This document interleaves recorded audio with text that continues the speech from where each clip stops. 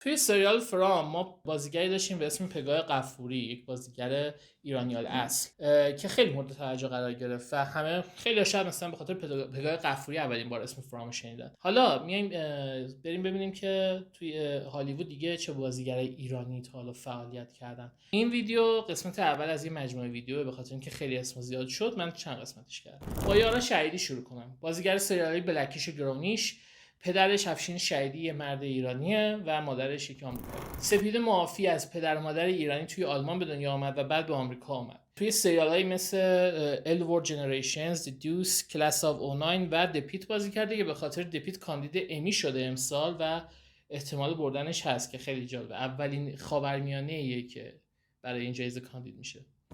جان ابراهام ستاره بالیوود، پدرش یک مرد مسیحی سوری مالایایی منطقه‌ای توی هندوستان و مادرش ایرانی زرتشتی بوده.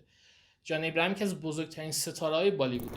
امید ابطحی متولد تهرانه. وقتی بچه بوده با خانواده‌اش به آمریکا مهاجرت میکنن. امید ابطحی توی سریال‌هایی مثل 24، آمریکن گاز که یکی از نقش‌های اصلی بود، مندلورین، فیر د واکینگ دد و اخیراً توی دبویز بازی کرده. شما بگین که دوست دارین توی ویدیوی بعدی چه بازیگرایی رو بگم و اگه فکر می‌کنین کسی هست که جا مونده توی کامنت رو بنویسید.